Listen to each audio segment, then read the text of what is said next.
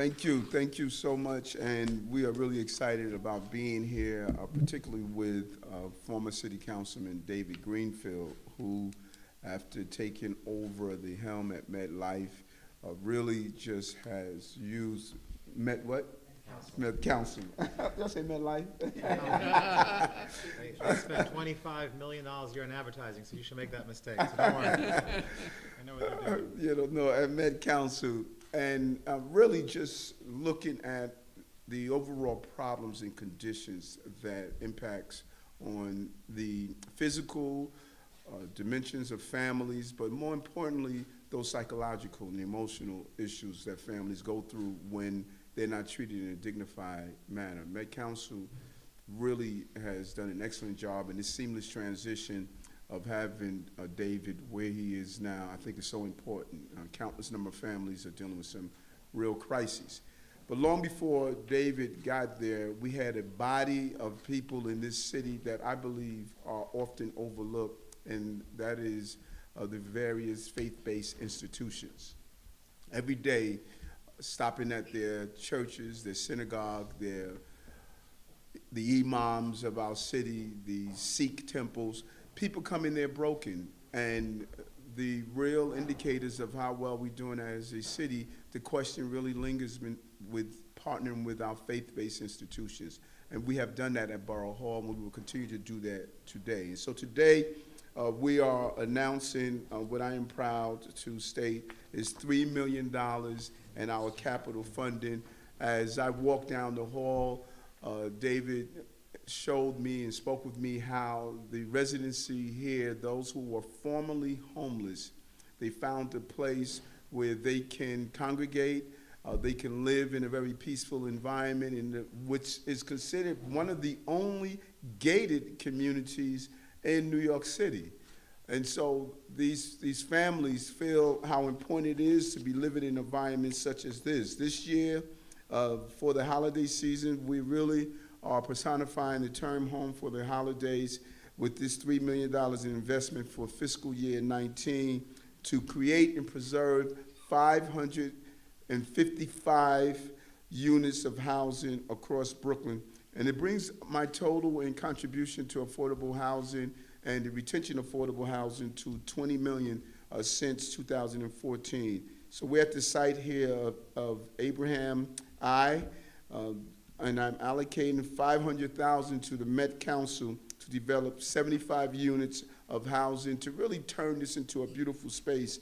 And the team that is doing it, it is a place where formerly homeless seniors, 55 years of age and older, they have an opportunity to stay here, as I stated, to live in a very dignified fashion. We're also joined by Bell Community Housing LLC, Catholic Charities, Hanson Place Church Support Corporation, one of my favorite religious institutions. They're building a beautiful new structure on Hanson Place, and the church has weathered the storms. And when the members of the church sat down with me and talked about building this beautiful structure, they could have easily had all market rate, the unit of housing. They are in the prime real estate in the South Oxford area, in the Fort Greene area of Brooklyn. They could have easily received market rate where they were, but they said, no, we want to do something with a reason, with a purpose, and with a cause. In addition to the housing, they're doing a community center. This is how our tax dollars should be utilized, and we're happy to have them as a partner. And also Love Fellowship Tabernacle, for so many years, was the cornerstone of many parts of our city that were typically ignored. And so these are great partners that we have as we move forward in dealing with some very real problems. Brooklyn has become extremely expensive. According to the 2016 reality track, named Brooklyn the most unaffordable place in United States, not in New York City, but in United States. Rental prices are sky high. The average rent is over $2,600 a month.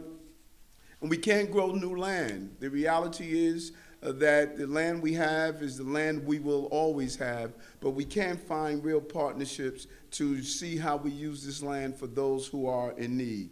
And my priority for construction of new units that address sustainability, combat homelessness, prioritize local residents, and connect those in need for quality services. And our partners here, they do it so well, and we're in a great place to continue this partnership.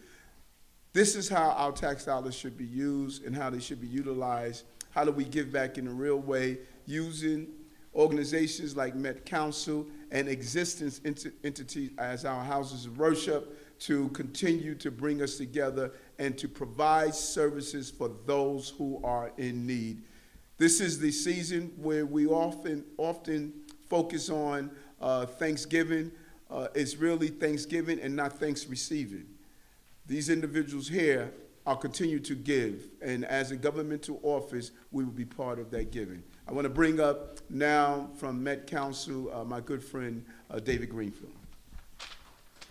Thank you, Mr. President.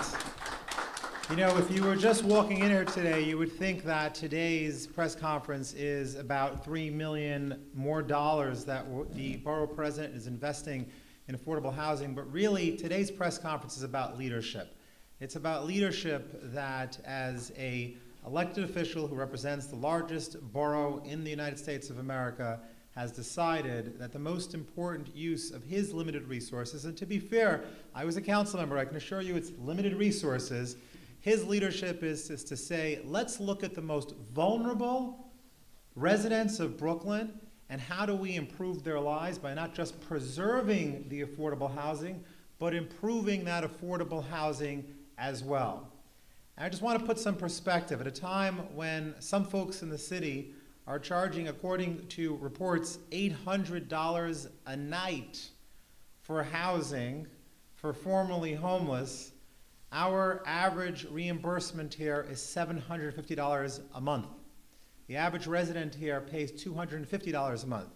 That's affordable. People always ask, what's affordable? We own 20 buildings that we manage across New York City. They're all affordable. That's what affordable means. We have a building in Canarsie. We just opened up the wait list. It's $400 a month. That's affordable. I want to just be clear about what the Borough President's doing today. We could not operate this building without the Borough President's support. And I'll tell you why. Because for $750 a month, we're not making money. We're barely breaking even, right? And that's just maintaining the place. Well, how do you keep the heat on? And how do you make sure that there's air conditioning in the winter? And how do you make sure that there's hot water so you don't have those disasters that you read about in the newspaper? The answer is you have to invest. Those investments cost money, money that we don't have, money that the Borough President has stepped up with his leadership to make sure that these residents aren't just ignored, but are also respected and celebrated and have that ability. And so what the Borough President's doing today is sending a message across the city of the kind of leadership that he possesses, which says we have to prioritize and we have to put resources into the most vulnerable New Yorkers, and we have to treat them with respect and dignity and make sure that they have the same quality of life as any other New Yorker. So let's please all give him a big round of applause and thank him for his leadership. Really, thank you very much. It's really amazing. I do just have to thank from my own team, I really just want to recognize Jeff Nearby is our Managing Director of Housing. He's the one who manages those 20 buildings, and I assure you it's not an easy job because, as we point out, we're in the not-for-profit business. We don't make money in our buildings. We put it right back into our buildings. Thank you, Jeff, for the work that you do. Michael George, the Residence Director, I want to thank you for your great work here. Jose Caban, who is the super here, we thank you for your work. From the Seagate Association, we have Barbara, who's the president. Thank you, Barbara. And we have representation from our local assembly member's office and Councilmember Mark Traeger. We want to thank them as well. And of course, your amazing staff. You can tell the kind of leader you have by the kind of staff that leader attracts. And between your communications director, Stefan Ringel, and your budget director, Josh Levin, and Richard Birak, who's an expert on housing and zoning and land use, you have an amazing team that you've put together to advocate for all of us here in Brooklyn. So our message is twofold. The first is we could not do this without the Borough President's support. And when I was just chatting a few moments ago with one of the residents, I said, how do you like it here? He said, I've been here for 10 years. It's the happiest years of my life. Think about that. He's paying $250 a month to live in a space that, thanks to the Borough President, and that's the second message, which is it's a message of thanks. We have to give thanks for everyone who makes a difference, but it's glamorous to open up something that's new and shiny. It takes leadership to say, let us preserve affordable housing. Let us preserve the dignity that people have, especially the elderly in Brooklyn that are so often ignored, and that is the leadership today that our borough president is exhibiting. So I know I speak on behalf of all the organizations represented here today when I say thank you. We appreciate you, we appreciate your leadership, and the folks who we support know that without you, they would not have the quality of life and dignity, and thank you, Borough President, for doing that for so many Brooklynites in New York City. We really are truly grateful. Thank you for your leadership. Thank you, thank you, thank you, thank you. Thank you, David. And again, we thank you and all of you for what you are doing. We're looking forward to continue to move this conversation forward and to pull you in, as I shared with David before we walked in, to just continue to bring you in as we shape the direction in the next 3 years as the borough president. What should we be doing around housing? Far too often, people who are not on the ground carrying out the actions are making the decisions. I want to hear from those who are actually doing it day to day, ensuring that people have housing, new housing, and the retention of affordable housing. So again, thank you very much. Thank you. Want to get a joint picture? Yeah, absolutely. But I'll tell you this, it's important. So what happens is, without your investment, Right. our heat would break down. We wouldn't be able to paint the walls. We wouldn't have money for air conditioning. These kinds of projects, the real key is we need the administration to give us capital funding. And we're getting that now from you, which is huge. And- We wouldn't and- be able to do them without your support. And the return on investment is far greater, because you're talking about, if we look at your model and say, let's bump it up another $200 a month, instead of the thousands we're paying for the hotel, the scatter hotels and other sites. This is a winning model. Yeah, but between us, the city has asked us, we say, we can't afford to open up more of these residences under this deal because we have to go beg for money. It doesn't make sense for us. So you're right.